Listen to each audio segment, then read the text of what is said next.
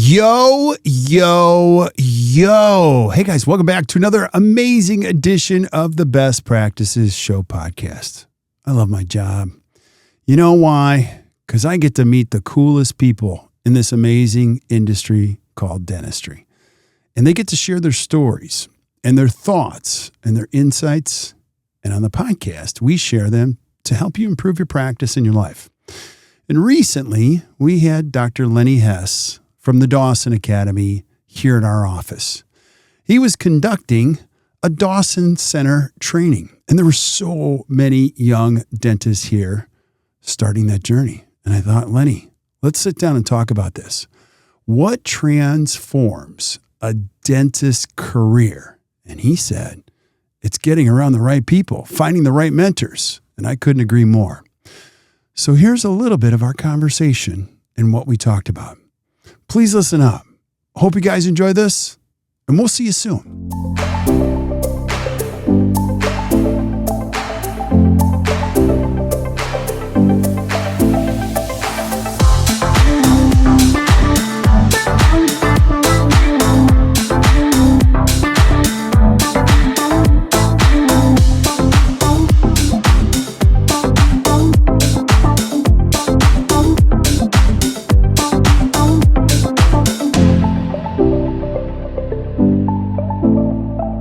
Hey guys, welcome back to the Best Practices Show podcast. I got a very special episode.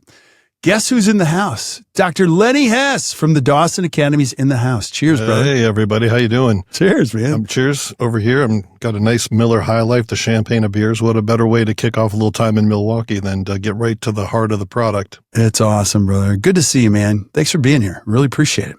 Wonderful to be here. I always enjoy every time I come to Milwaukee to hang out with you guys. It's always a good time. Yeah. So we're going to take you guys on a journey if you're listening. And this is not Lenny's first stop in Milwaukee. You guys have done this a couple times here where you have the Dawson Academy courses here, which we'll get to in a second. But the Dawson Academy, if you've been listening to the podcast, is a very important journey in my life. Dr. Peter Dawson, who I met at the age of 24, believe it or not. I went to see 24. 24. I went to see. What were you doing there? Okay, so I was 24. He was 64. I'm so glad you asked. So I had a mentor of mine say, you're going to go see this 64-year-old dentist speak. And I'm like, I don't need to see some 64. Now here's how this all works. If any of you have 20-some-year-old kids, they don't take your advice easily. They go, no, I got it all figured out. When you're in your 20s, you have it all figured out. Well, you don't. And then I went to see this guy who was 64, and I'm like, this guy's an old dentist. Like, what is he going to teach me? I know what I'm doing. It changed my life. It was called How to Put Your Practice in the Top 10%. I'm gonna bring it for you. I still have the original manual that he gave us with all of my original notes. It blew me away, and it actually shook me because it was more of a values exercise. I never heard a man talk about stuff like that in a way that he did. Like, he really impressed me. And at the break, I told him, Dr. Dawson, I did not want to be here. And he's like, well, where are you from? And I flew all the way from Scottsdale. He's like, from Scottsdale? Why? He's like, I was told to be here. He invited me to sit at his table that first day. And I was like amazed. And now it wasn't just him and I, but it was like 10 other dentists. And from then, it shaped my experience in dentistry. I actually wrote him a letter. Guess what he did? So, yeah, I sent you a note. He sent me a note back from the desk. How many of these do you have? Like the little note cards from Dr. Peter Dawson? I've got about a half dozen of them. I only have 2 of them. So, and I remember when I got my first one. I remember the first time that Pete actually knew my name. Tell me when. Well, I was at a conference. And he was speaking there, and in the hotel, I was walking down the hallway towards him, and he was walking towards me, and I was like, oh no, what do I do? Do I say hi or whatever? And then he was about 20 feet away. He goes, hey, Lenny.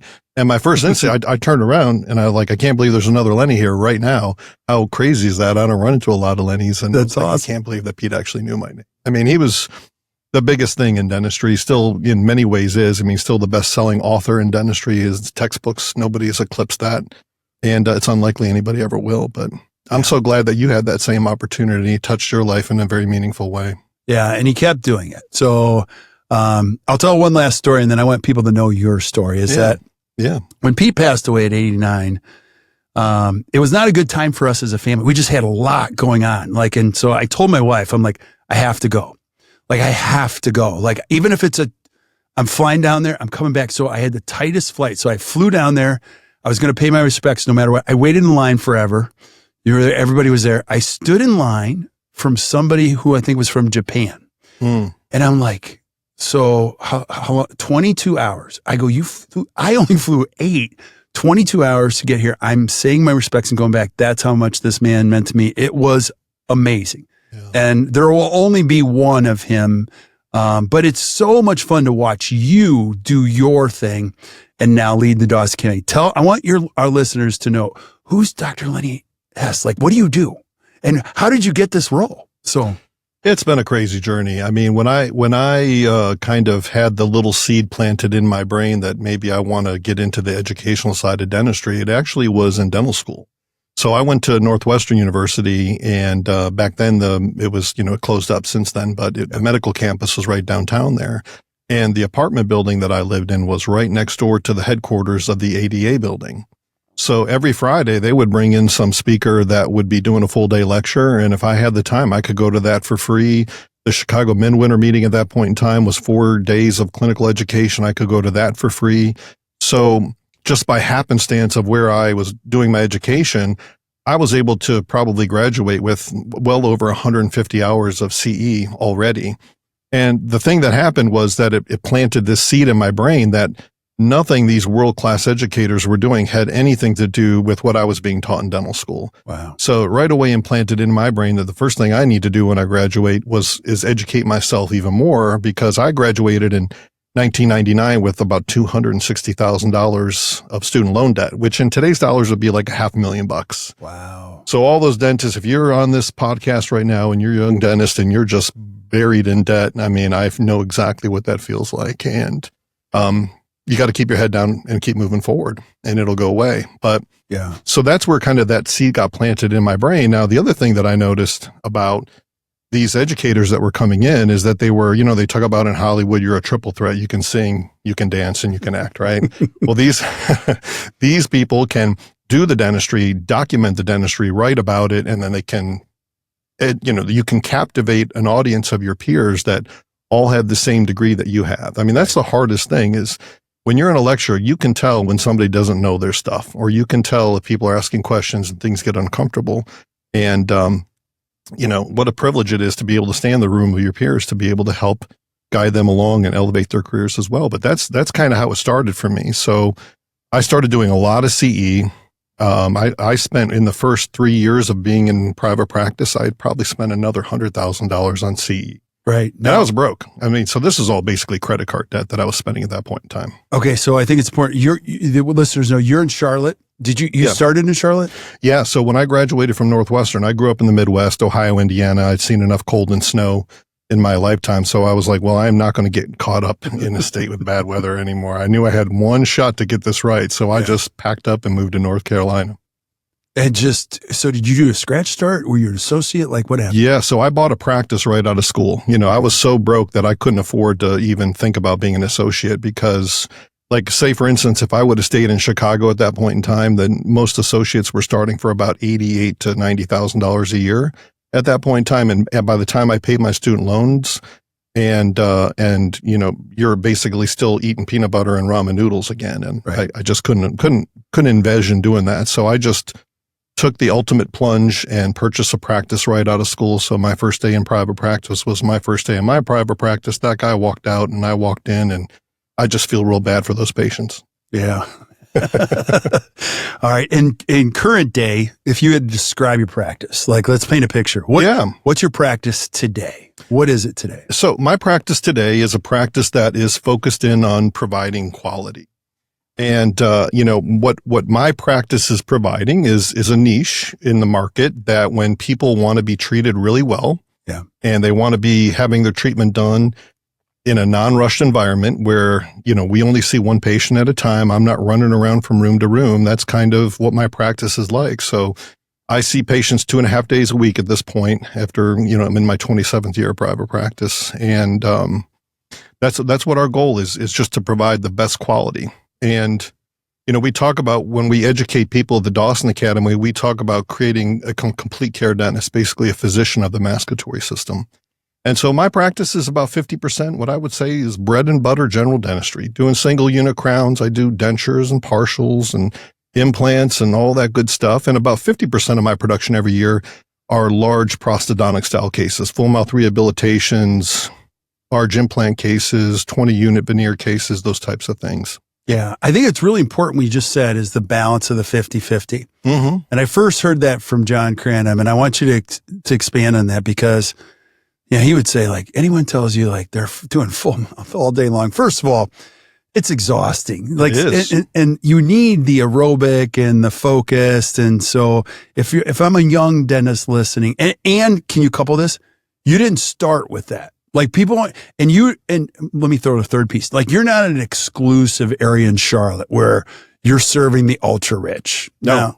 I tell everybody that I'm a country dentist because my practice is in a county right adjacent to Mecklenburg where Charlotte is. And, the primary economic output of the county that I practice in is chicken farming. Wow. And so it's, I have my average family of four that comes in, they're getting by in probably $100,000 a year in a family of four. And these days is still people are struggling. So, being a fee for service practice, people are paying more and they have to see a reason to pay more. And, so no, you don't need to be in where the perception is of all the rich people are. People will always pay for quality. And one of the things that Dr. Dawson ingrained in me is the realization that people inherently want to do what's best for themselves, right. But most dentists aren't giving people the opportunity to choose to do what's best. They're only doing, well, what will my insurance pay for? Or if I'm going to try to recommend treatment, which path do I think will have the least amount of resistance to where the patient will schedule because we're not busy next week or whatever that is. And that's just kind of a paradigm shift. And all you need in dentistry is you need a dental chair and a patient in the chair. And that gives you the opportunity to be in the people business. Yeah. And go back to this, like the 50-50 balance. Yeah. Like how rewarding is that? Is it good mental health to have that balance? Like, because I think, and the reason I'm saying that, Lenny, is I get a chance to coach a lot of people and they can't see beyond what they're seeing right now. Yeah. I have so many patients. Like, I don't even know how to do this. Like doing a comprehensive exam the way Dr. Hess, like, how do I find time? So none of this happens overnight. But I think week over week, month over month, if you do it one patient at a time, like what's the Valhalla of dentistry for you or for anybody? Like give me a point of direction if I'm a young dentist. Yeah. Well, I think it's a personal choice. One of the greatest things about dentistry is you have the opportunity to create your practice and mold it however you want it to be to support your life. Right. And that's one of the most important things is I see too many dentists that they're spending their life supporting their practice and your practice should be supporting your life. Right. And, you have to find out what's important for you or, do you want to be there to take your kids to school in the morning? Do you want to coach your kids' little league team? Do you want to be the soccer, parent or whatever that is? And then you can craft your hours based on, how it's going to support your life. But, for me, when we go back to 50-50 is such a good balance for me. Well, it serves two purposes. Number one is it gives me the opportunity to make sure that when an economic downturn happens, which it's going to happen again, recessions are inevitable. I think I've lived through 3 or 4 of them already in my career and another one's coming. I don't know when it's going to be, but there will be another recession. And when that point in time happens, now you have a general dentistry side that is supporting you and pays all your bills and you make a good income from, because a lot of times when it comes to people writing you a $25,000, $30,000 or $50,000 check for something bigger and better, then a lot of times people are insecure when the economics aren't really good. So yeah. Not only that, but like you were saying, it's so great because I was looking at Facebook in the airplane flying up here, and I get all these ads, dentists, are you whatever, and then there's they're throwing money around and everything, and this one company is like, well, if you aren't doing 15 arches a month, then then you're a turd, and I'm thinking I could not even possibly do 15 big cases in a month and do a good job. It would be absolutely impossible because to learn to do a very large case correctly, there is such an intense process that you have to go through, from a diagnosis to the treatment plan to working it out in the provisionals and then using those provisionals as the blueprint for the final restorations. If I get beyond basically 3 or 4 big cases in a month, I'm exhausted. It takes a lot of mental energy to manage these cases. It's a tremendous responsibility because I think so many times dentists become desensitized to the privilege that they put us in to be able to permanently change their body. And I mean, it takes so much courage for a patient to lay down in that chair and let us do what we need to do. There's no way I could ever do 15 times in 1 month. I would be a cripple in a hospital because my back and neck would be contorted into a shape that no one could recognize. I'd look like, remember when Prince changed his name to a symbol? I would look like that symbol. Yeah. And so, well, I'm older now. I'm 55. And I think this is just an amazing profession. I think one of the things that bugs me the most is the BS, like fake news, people, but that's, it's been around forever, is like all these false. I want you to talk about this, like the Dawson Academy. Tomorrow, you're going to start, a course, and I want you to talk about the course. The room is packed. You shared with me, this is going to be one of the largest years ever for the Dawson Academy. I want you to speak to why. And then you also shared something as crazy unique as the age demographic. Yeah. Like, what are you noticing? It's tremendous. I started teaching with the Academy as an associate faculty in 2009. And when I first started, I would say that probably about 80 to 85% of our dentists that were coming through the Academy at that point in time were dentists that were probably in practice 15 plus years. A very small percentage would be dentists that were in practice 5 years or less. And today, it's completely flip-flopped. About 80% of our new customers that are coming through our 7-course core curriculum have been in practice less than 5 years. What's your hypothesis? Well, gosh, I'm fascinated by this because it is such a polarizing shift. I don't think that many companies can look at such a dramatic polarization or flip-flop of their demographic of their customer. And so honestly, I ask that every single time I teach a class. And, I think a lot of it is that there's so much to learn to be a dentist these days that when you get done with 4 years of dental school, I think, here's the reality. When you graduate from dental school, you don't pass an examination of maximum competency. You pass an examination of minimal competency. And that's what a board examination is. And I think a lot of dentists just realize when they're coming out, like, wow, there is such a deficit of things that I need to know as soon as they get into private practice. And I think the second component of that is that I think a lot of young dentists are simply just not making the money that they thought they would, and they're struggling to make ends meet because it's not uncommon that I might meet two dentists that are married and their student loan debt is over $1 million a year. Yeah. And then if you buy a practice or if you buy a home, you are just absolutely strapped. And if you're trying to make money in the insurance model, well, what will insurance pay for? Then you're going to have trouble making a good living these days. Yeah. And so the reason the Dawson Academy is having a banner year, go a little bit deeper on that. I think, are dentists figuring this out? Like, I got to get better, faster at discretionary things that'll pull me out of the insurance realm, or is it just a combination of all these things? Well, I think there's multiple things converging to produce that. I think one of them is a very common thread is that dentists come in and they want to learn to do big cases. Right. And that's awesome. They realize that, if you have the ability to solve bigger problems, these patients are everywhere. Yeah. Most patients are victims of the standard of care. Most patients that come in, if they're 55 or 60 years old, most of them that their mouth is in a state of continuous decline. And that's just because they're a victim of standard of care because, well, what will insurance pay for this year? I've got 3 teeth that need to be worked on or more. And what will insurance pay for? Practically nothing. So there's a lot of young dentists out there that realize that, well, they want to do bigger cases. And I'll be honest, I don't think there's any academy in the country or the world out there that teaches how to do big cases better than we do. Yeah. And, if you think about this, if you say, well, I want to learn to drive a car fast, like I would love to become an F1 driver or a NASCAR driver. Well, you don't just get into a car and you just tear it up. I mean, You've got to learn step by step. Well, how do I handle something at the very limits of physics for a car?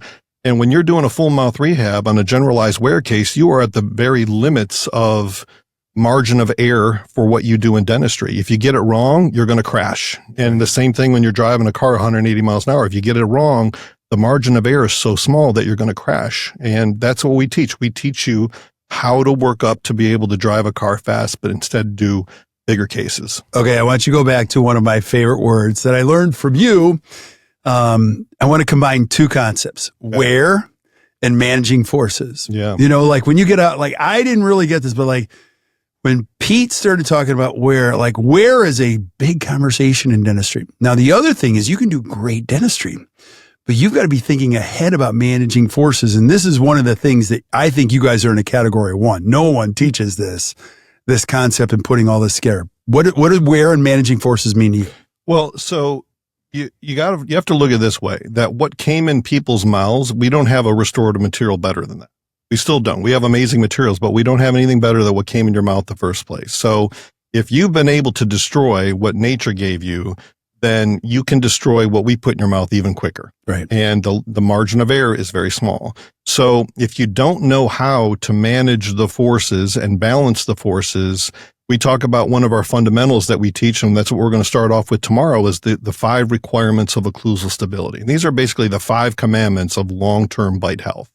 And I've never met anybody that's having problems with their dentition from a wear standpoint, or a lot of different ways. But let's talk about wear right now. I've never met anybody that's wearing into their teeth. And that's the problem, is that, you know, when you think about the worn dentition, that's such a misnomer, because people's teeth don't wear and stop. It's a progressive issue, and it always gets worse, because once you have the dentin layer exposed, it's always going to wear 7 to 9 times faster than the surrounding enamel. So it just becomes a long-term nightmare for patients unless you get control of it.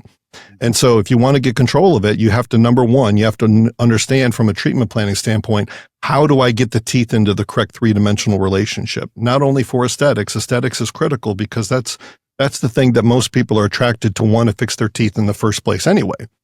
So aesthetics is important, but the way that you get teeth to look beautiful is that proper form follows function.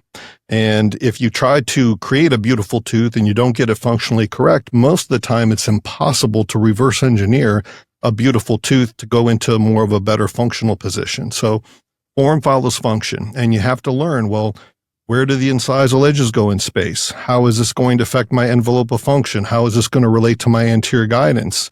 And on top of that, well, how am I going to determine the proper joint position to put somebody in, which is centric relation? And it's a big stressful word for a lot of people, because there's a lot of misinformation out there, a lot of incorrect teachings that's been associated with that. But it's the foundation of being able to build an interference-free occlusion. And if you want to restore worn dentition, that's what you need, is an interference-free occlusion. Yeah. So tomorrow morning we start at 8:00. It's a 2-day course. Can you take us through what you're going to be teaching? And then also, as the leader, give me your philosophy. Like, what do you hope to establish in 2 days if I'm an attendee?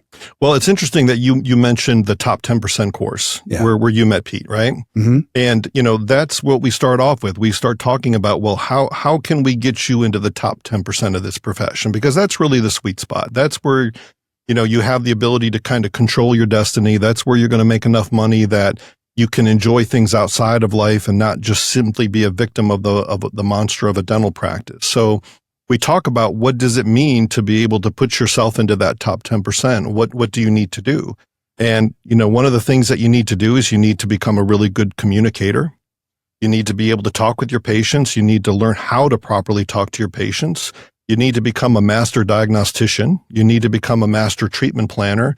And then you have to be able to have the clinical skills to do these more complicated types of cases. So we kind of start off by laying the framework of setting your brain right. You know, because one of the greatest things that Pete gave me was the proper mentality. And Pete taught us that we're in the people business, because if people don't like you and if they don't trust you, then they're not going to do dentistry with you. Like, right. Who do you write a $40,000 check to that you don't like? You have to trust. I do it one time a year in April. That's it, to the IRS. I mean, otherwise I don't write big checks to people I don't like and I don't trust. So yeah, we're going to start off with that. And then we get into, what do you need to know to become a physician of the mascatory system? What are all the anatomic things that we weren't taught in dental school? How does the system work? How does the health of the joint work? How do we diagnose the joint? We're going to talk about that, because, like, I'll be honest with you, Kirk, in my community where I am, I mean, I'm in a very unenviable position to where I have a lot of people coming to me for second opinions. Yeah. And a lot of times these opinions are people that are in the middle of treatment and things are going sideways.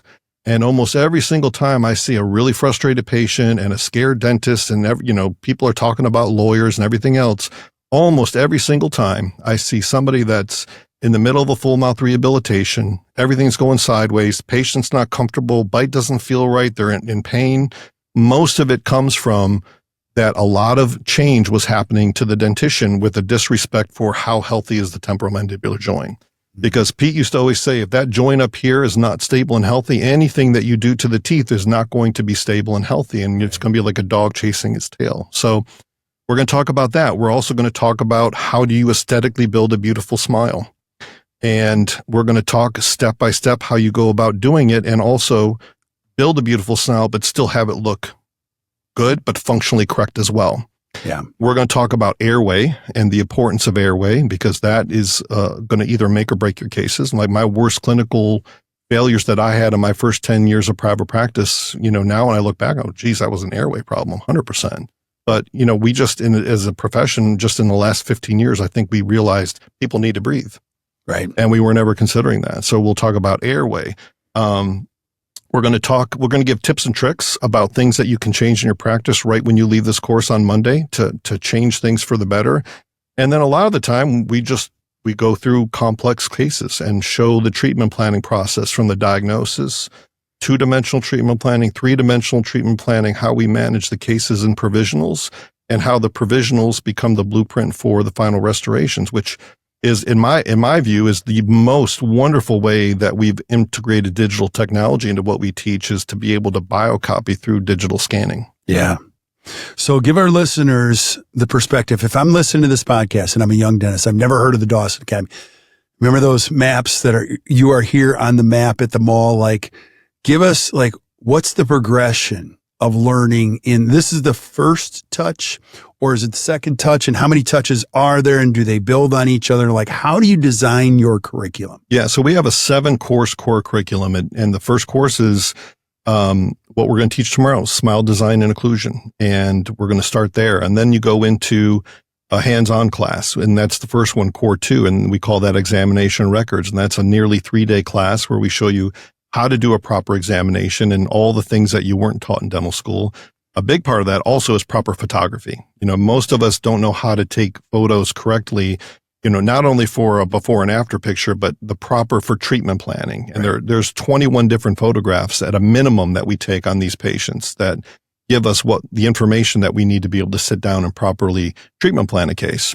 In that class, you're also going to learn how to record centric relation correctly, accurately, and do it the absolute best way.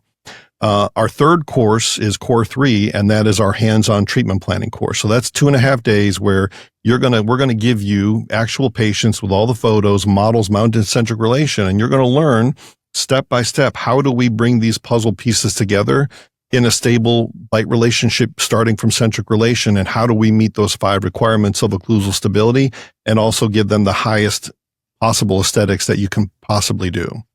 Our fourth class is it's core 4, and it's all about managing the bite. And so it's called the art and science of equilibration. And that's kind of one of the things that really wigs a lot of dentists out, is they get really anxious when it comes to change people's bites. Because not everybody needs to become a full mouth rehab. There's a lot of people that you might need to do a little bit of anterior reconstruction in the front, and then you can still work with their back teeth. But how do we get them into centric relation? And that's managing the forces through an occlusal equilibration. And so we spend a lot of time in that class as well talking about splint therapy, because if you find through your diagnosis that you have people that their joints aren't stable and healthy, well, how do we get them stable and healthy? You got to be able to manage that as well. And then we talk about how do you properly equilibrate splints? How do you do a class 1, class 2, class 3? And you also work up some more cases as well. Core 5 is a great course because it gives us a lot of coaching in practice management, also airway. Whit Wilkerson's, who is our health and airway expert, one of the smartest people I've ever known. Awesome. He's a great guy, and he spends about half of that course going deeper down the airway road. And how do you diagnose it if you want to treat it in your practice? What's the ethical and responsible way to go about doing that? And then we also have a lot of review of the concepts that you've been learning in the first 4 classes. Yeah. And then course 6 is our aesthetic course. So it's basically 2.5 days of how do I provide the highest level aesthetics that I can do?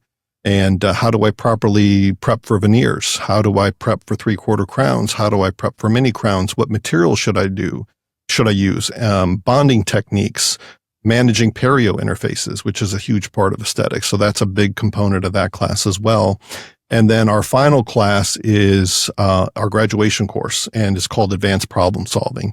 And it's basically 2.5 days of me and my other faculty, and we get up there and we just show the most difficult cases that we've done over our careers and show the highlights, some of the lowlights, and just show you when you start to get into these orthodontic combination cases, how do you manage people that have a skeletal type of issue? Yeah. And we just basically show everybody the most difficult things that we've done and show them how we manage that as well. And so most of our clients, it takes them about a year to 1.5 years to get through those 7 courses. But when you come out of it, you know more than 99% of the dentists that are practicing dentistry. Yeah, I love it. I love it. I'm so proud of you, man. You're doing such great things. You've been an educator for how many years? Yeah, the first time I did a full day CE course on my own was in 2005. So I've been doing it now for 20 years. 20 years. And you're how old, can I ask? I'm 51. So I'm 55. I want you to give our listeners perspective. How has education changed in the time that you've been an educator? Anything come to mind? Like, yeah, well, you've watched the evolution of it. Like, how's it changed? Well, I'll tell you, when I started off taking CE, everything was about aesthetics. It was, the dentistry was emerging from the aesthetic revolution where it became predictable to bond things to front teeth. And it wasn't always that way. And it's funny because, young dentists, they don't know the history of like the struggles that we've gone through to get where we are today, to have the convenience of things that we have in dentistry from a material standpoint and from a predictability standpoint. So everything at that point in time was how do you prep veneers? How do you bond veneers in? Everybody was being diagnosed with an acute porcelain deficiency, right? So if you didn't have a veneer in your tooth, you're done for. And then really what that did was bring us back to the golden age of occlusion, because there were just so many failures that dentists were experiencing with chipping incisal edges and debonding veneers and giving patients phonetic speech problems. I mean, you want to talk about a nightmare is you give somebody a speech impediment, right, and they just wrote you a check for 20 grand. You got yourself a real problem. Yeah. And so now, as dentistry has evolved in a CE standpoint over the years, now it's the marriage of aesthetics and function. How do we put those two things together? How do we meet both of them and give the respect to both sides of that coin? And how do we do it predictably? Because the real thing, Kirk, in dentistry, and you know this, is that if what you're doing is not predictable, it's not profitable. Because if you got to replace dentistry, you're losing all your profit. And it doesn't take many hiccups or failures for you to completely lose all the profit on a case. So that's one of the most important things that we teach by teaching dentists how to do this the right way, is giving you predictability, and that gives you profitability. And that's when dentistry becomes fun. And that's when you have patients that are happy. And when you have happy patients, then they're sending you other patients that they want to be happy as well. And that's what's great, is when you become kind of that go-to person in your community, the problem solver in your community, then people come to you. Yeah. And when you were saying earlier, they say, well, if you're a young dentist, like, what's this mean? Well, remember that the thing I constantly tell my young dentists in the crowd is you come into a course like this and your brain goes into sprint mode and you forget that you're running a marathon. Right. And I just tell everybody, look, you got to think about your career in 5-year chunks, because 5 years goes by so quickly. And, you and I are in our 50s. We know that now for me, a month feels like maybe a week or 10 days. Like, I can't believe it's almost the middle of August. I don't know where this year went. Yeah. And every year it goes quicker and quicker and quicker, and it means more. So you've got to think about meaningful changes. There's ways that you can make instant changes in your practice, but meaningful changes take time, because what that requires is self-improvement on your end. And that requires self-improvement on your staff as well. Because if they don't, what I always tell people, Kirk, is when you leave this class, one of the first things you need to do is you need to sit down with your staff and you need to tell them what you learned and why it's important. What's the benefit for the patient? And now what's the benefit going to be for our practice? Because if if your hygienist or your office staff, if they can't have a meaningful conversation with a patient on the philosophy of care, then the baby goes out with the bathwater, doesn't it? Yeah. Doesn't mean they have to have a technical ability to like maintain what you've been saying, but they need to have a philosophical knowledge base for them to be able to make sure that continuity exists no matter who that patient is interacting with. And all these things take time. Plus you have to develop the clinical skills. You just can't, if you want to drive a car 180 miles an hour, you don't hop in there. You gotta work your way up and learn how to manage these cases. Yeah, I totally agree. I want you to go back to something you said earlier. You used the phrase golden age of dentistry. Totally agree. Mm-hmm. What does that mean to you? The golden age of dentistry just means like, how do we meld aesthetics and function together? Right. And how do we do it predictably? Because, we have such a challenging array of problems that patients can come into, whether it's a dentalism and they want all on whatevers, or when you have combination cases of natural teeth with implants, if you have a removable on that they want to keep something, there's so many different variations of people that we can treat. And, you have some people that are obviously a much more higher functional risk. And right. Well, how do you manage those people? If they're a higher functional risk, well, what materials should you use and not use? I mean, that's really the golden age, is being able to have one of those flow charts of like, okay, I've got this problem. How do I work my way down into what the final solution should be? What's best for the patient? And the good news in dentistry today is that we have the luxury of a lot of times having multiple ways that we can solve a problem for a patient. Now, there's always going to be a best way, and there's always going to be compromises. And our job, when you earn the title doctor, it's educator. So your job is, through diagnosis and treatment planning, is to provide a patient with options. And if you can give them the options, and if there is a compromise, if they own the compromise of not choosing to do what's best, then our job is to support the patients on whatever is the best choice for them. Okay, you're my friend, so we're going to go there. I hate fake news when you see all this crap on the internet, like private practice is going away, DSOs are taking over, speak to that. Yeah, I mean, that's the luxury that we have in our profession, is you can do whatever you want to do. And if you don't want to run your own practice, I mean, running your own practice is difficult. It is. It's time consuming. There's a lot of things you need to know. And honestly, I meet a lot of people. They're like, I just don't have the personality or the appetite to want to own my own practice. Yeah. Great. That's why you can be an associate. And, it's interesting that, the DSO market, for the most part, now we interact with a lot of DSOs at the Dawson Academy, and we train DSOs. And I've met DSO owners that their DSO is fee for service. And they're kind of the exception. And most DSOs they're trying to leverage their contracts with insurance companies and also manage costs by having contracts with suppliers, laboratories, dental suppliers. And so they are supplying a market. When you think about the restaurant industry, you have McDonald's and you have Michelin-starred restaurants. Right. And both of those are serving the market in a different way. There's something like, I can't remember the exact number, but something like over 2 billion people a day get one of their meals from McDonald's every day. Wow. It's incredible. Now, they're obviously serving a very important need, because not everybody desires, or not everybody has the ability to pay for a Michelin-starred meal. Now, there are people out there that want that, and then there's everything in between Michelin and McDonald's. And, for the most part, even though a lot of DSOs, their business model is to leverage their contracts with insurance companies, that's okay.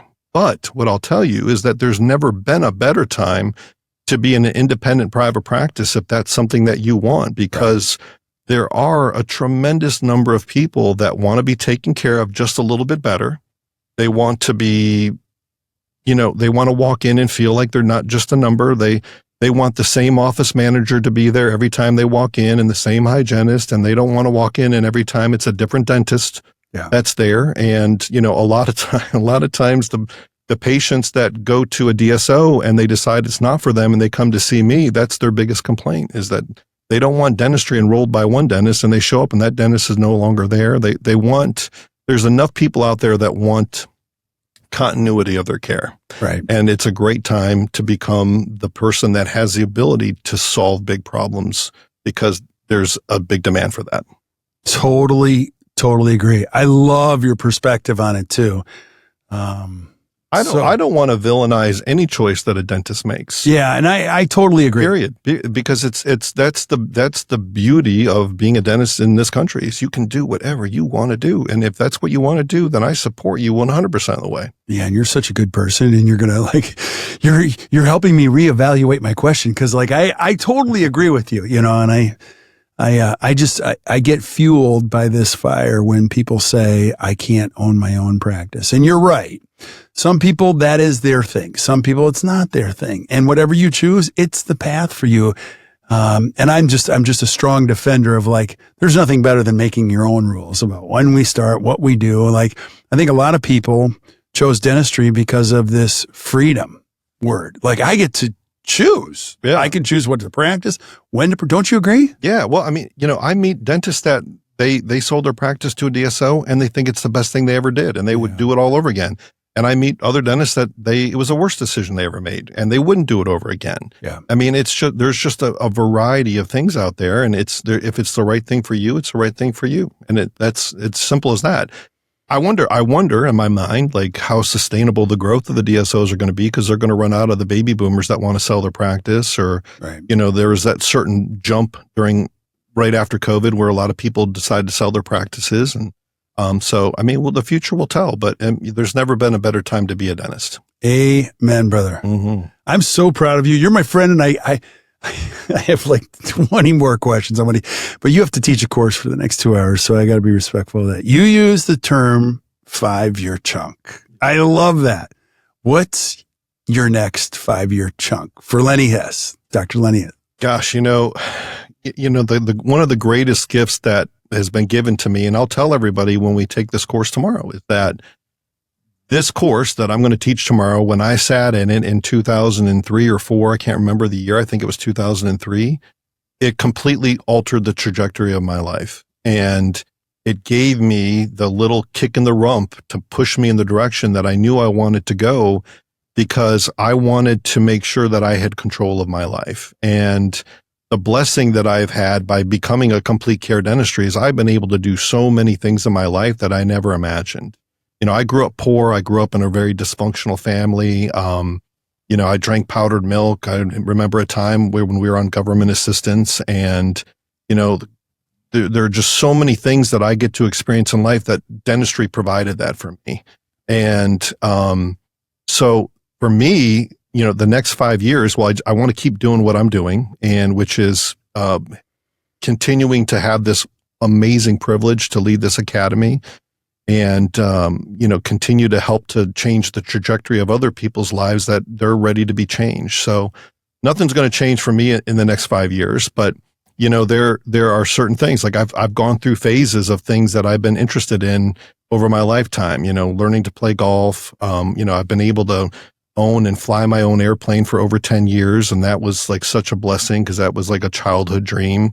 Travel, go to countries that I want to visit. And, one of the greatest luxuries that I have is I have a beautiful little lake cottage that I go out to on the weekends if I'm home and to be able to spend time there. I mean, that's just what I want to maximize my enjoyment of life because we only get one go around, don't we? None of us are getting out of this alive. And, I just want to make sure that when I come home from the office, that I'm the best version of myself for my loved ones, right? Because for me, the most important thing in life are the people that I have close, intimate relationships with. That's the most important thing. Amen. And the second thing is to make sure that, my practice is supporting my life, that I have the balance to do the things that I want to do by taking care of other people and that I have enough to take care of myself because you can't pour from a half empty cup.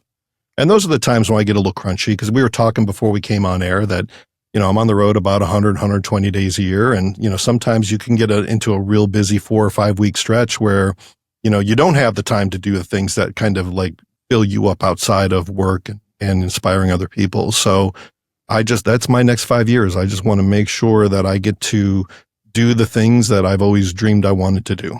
I love it, buddy. So good, man. One last question. Yeah. Speak to the 32-year-old dentist who's listening to this that doesn't think this is the greatest future. If I had some time with Lenny Hess, what would he tell me?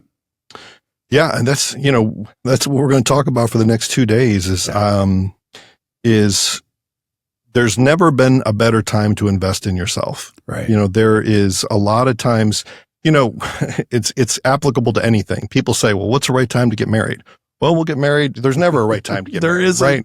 What's going to be the right time to have kids? Well, there's no such thing, right? And what's the right time to invest in myself as a dentist? Now. There is no better time than now, because honestly, when we do get those dentists that come in, Kirk, that are 15, 16 years in practice, and now they're just getting exposed to this now, they're like living with like this tremendous regret that they don't have, because they're looking around and they're like, all these dentists have been out of school for 4 or 5 or 6 years. We get so many that graduated a year or less. It's bonkers. It really is bananas. And they're looking, they're like, so I think they're envious of the fact that, wow, you get 15 years that I didn't get to be able to change your practice. So you can be in control. I think a lot of dentists feel like they're not in control. And if you want control, the way that you get control is by not being afraid to invest in yourself. Dude, so well said. Thank you. You're the best, man. Thank you for being here, brother. You're the best. No, you're the best. This is a great podcast, except if you look over my shoulder back there, I got this creepy eye looking right at me. There's a picture, for those of you who are listening to the audio version, there's a picture of Bob Margis. Brilliant dentist. One of the nicest guys I've ever known. Yeah, it's one of those projects. I've never finished anything. Thank God I have a great team around. But my goal if you're not watching the video version of this, is like, I wanted to pimp I don't know if that's a good word. Like, I wanted to put all these photos of all these people that inspired me. And I got started with one, and your photo is going to be up here shortly. And, I got Pigpen and my son up here, but I got work to do. So Lenny, when you come back, I'm going to finish the project. How's awesome. That? Sounds good. Well, Kurt, thanks for having me. You're such an inspiration. The impact that you made on dentistry is tremendous. And I just always relish the time that we get to do things like this. So thanks so much for having me. Amen, brother. We're going to do many, many more. So stick around when we say goodbye to everybody else. But thank you guys for listening to the Best Practices Show. If you weren't taking notes, don't worry. This is how the podcast works. You can flip up to the notes section. Whether you're listening to Spotify, Stitcher, iTunes, everything that Lenny and I talked about, it's going to be listed in the notes. You're going to see links to the Dawson Academy. You'll see links to follow Lenny. Just do it. Check it out. I promise you'll love it. And if you have questions, you can always reach out to Lenny. He's a very incredible, giving human being. So make sure you check that out. So, gosh, I don't know what else to say other than thank you guys for listening. Thanks for watching. Until we see you guys next time. See you down the road. We'll see you down the road. So hope you guys have a great day. We'll see you soon. Cheers. Cheers.